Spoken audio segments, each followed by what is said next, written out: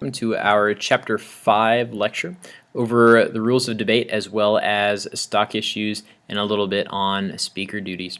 This is going to be a lecture that is going to encompass a lot of new terms. I'm going to try to go through this quickly. However, if anything is confusing, I highly encourage you to stop and pause some of these different portions so that you can read the definitions a little bit more fully, or you can rewind so that you can go back through some of these different explanations so that hopefully this makes a little bit more sense. And as always, if you have any questions, be certain to ask me in class the next time that I see you. So, a little bit about the rules of debate. This title of the lecture was actually a little bit misleading because there are very, very few rules that exist in debate, at least as far as literal rules are concerned. The only rules in debate that truly exist are the time limits and rules regarding the sharing and usage of evidence. Everything else, however, is just based on tradition. There are a lot of things that have been done over the several decades that debate has existed that has just become the norm. And so we treat these oftentimes as rules, but really the judge can choose to follow those rules or can choose not to follow those rules. And as things stand, those rules are always up for debate anyway.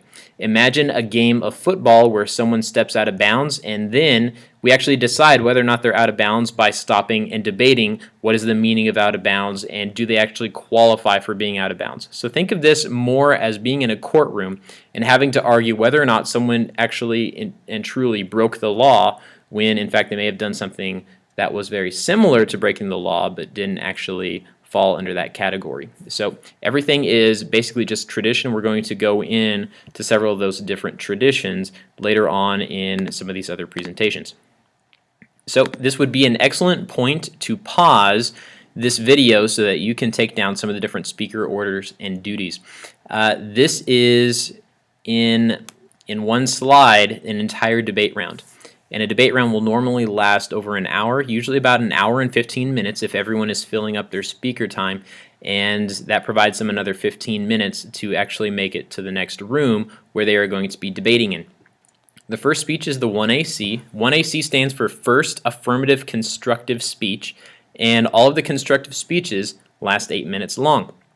And the 1AC's job is to present the case, and they are cross-exed by the 2N speaker, the person who gives the 2NC and the 2NR later on in the debate round.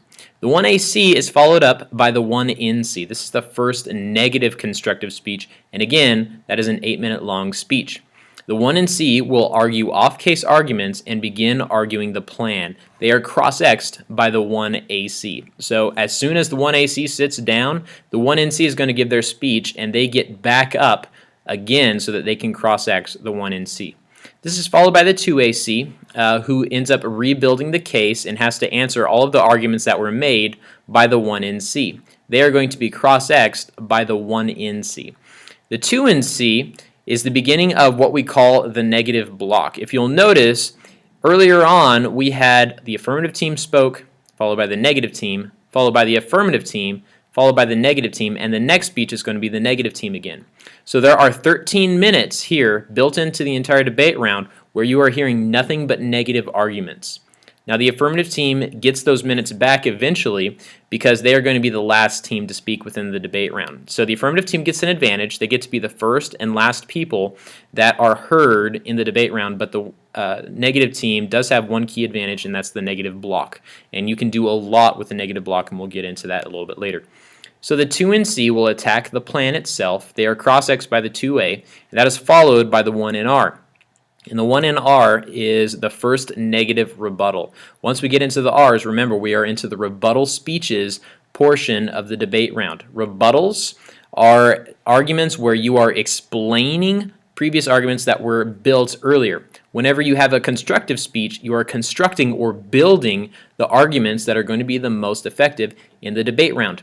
And when you get to the rebuttals, you are explaining exactly how those arguments work and how those arguments are enough to win you the debate round itself.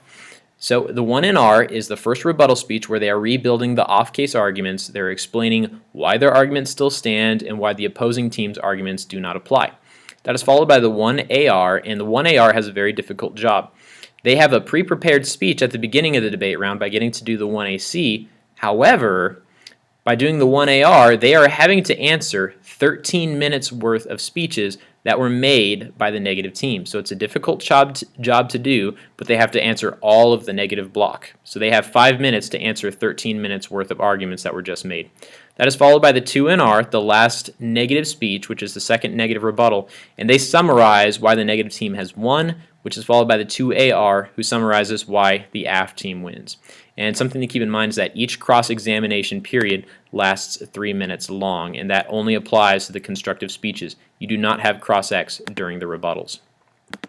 So, what is each team's overall position? What exactly is each team trying to do in the debate round? The affirmative team is trying to prove that the status quo is bad and that we need to fix something. However, the negative team is arguing that the best course of action available is continuing along with the status quo. Okay, so the negative team isn't just arguing against the affirmative team.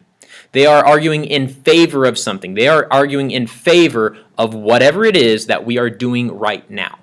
Okay, so they are arguing that the best scenario that we have right now, the best situation, is whatever is being done in the status quo, in the current situation.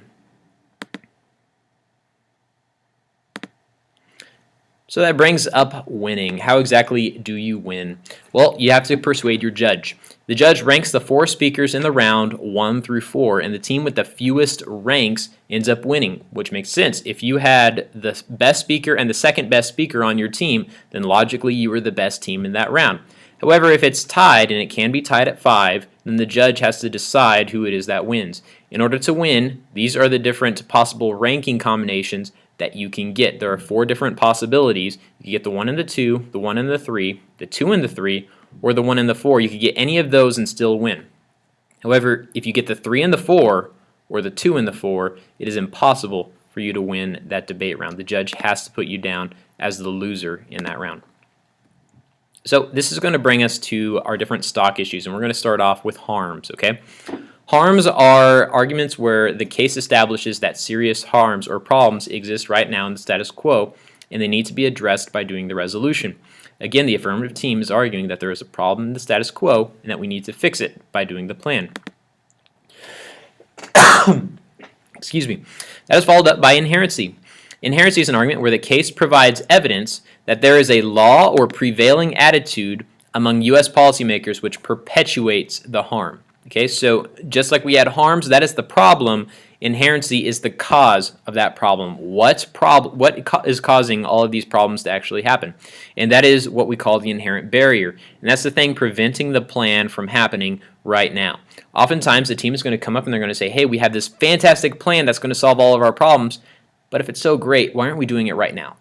And it's up to the affirmative team to provide that evidence to explain exactly why isn't this happening right now in the status quo. Because for all we know, it's already happening in the status quo. For all we know, we're already curtailing our domestic surveillance plenty right now. And so the affirmative team, it's their burden to provide evidence showing why it's not happening right now, as well as evidence just explaining that it isn't happening right now.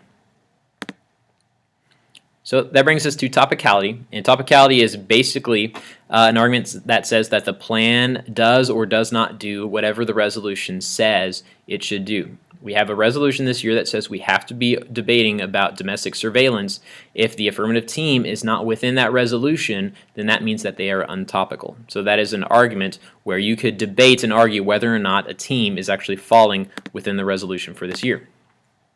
Now, significance is basically an argument that says that it proves that the harms are important, that it proves that the plan is necessary and that it's needed. However, this is a stock issue that's fallen out of favor. Very, very few people even talk about significance anymore because the word significantly is already used in most debate resolutions, and in fact it's in this year's resolution. So what teams end up doing is they just run a topicality argument instead and use that to try to argue why a team does not meet the whole significance bit. But they don't run this as an argument by itself. So this was something that's just gone out of fashion. Just like bell-bottom jeans have gone out of fashion, there are arguments in the debate world that go in and out of fashion as well. So in general, as long as things are better in the status quo, or better with the plan happening rather than in the status quo, then the judges are probably going to vote in favor of the plan. So solvency comes up next, and this is basically an argument that shows that the case demonstrates that the adoption of the plan will remove all or a significant part of the affirmative team's harms that they have identified.